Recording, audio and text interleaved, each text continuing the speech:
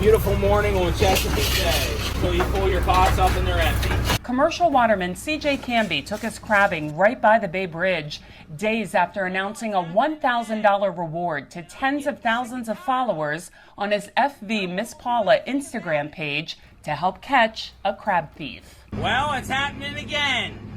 And I'm getting sick and tired of it because no one will do anything about it. Canby says people have stolen crabs from his pots for the 22 years he's been full-time on the water, but the illegal activity has picked up more recently. Last week I had, in one line, I had 22 pots fished, and in the other line, 8. The crew of 4 says they can tell right away if crabs were stolen. How do you know a thief has touched this pot? So when we set these back into water, we clip this onto our line. This clip right here. If this doesn't miss, we're not finding the pot. If this door isn't closed, we're stopping, backing up, and bringing it back on board. Every time a pot comes up, like this, no crabs, the funnels are crushed in, different things, it's pretty obvious that someone's fishing here. You also can tell because you go from catching a whole bunch of crabs in a pot to none or one, maybe 2. In this area, the Waterman on the FV Miss Paula, named after Canby's mom, emptied 500 pots in one work day. The pots on the line come up using a hydraulic winder. Another crew member shakes the pot, and then it's cleaned off in hot water before it's baited and put back in.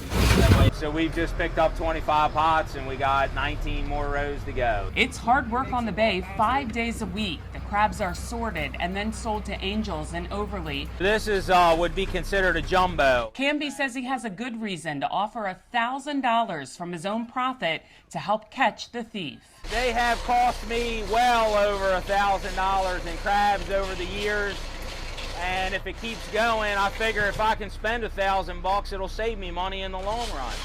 It's really no different than me walking into their house and taking a $100 bill off their counter. We requested an interview with Maryland Natural Resources Police. A spokeswoman said no one was available to be on camera, but she did send us the statute that says in part, a person may not molest, disturb, destroy, or catch and carry away fish belonging to another person from any boat, live box, crab pot, or trot line.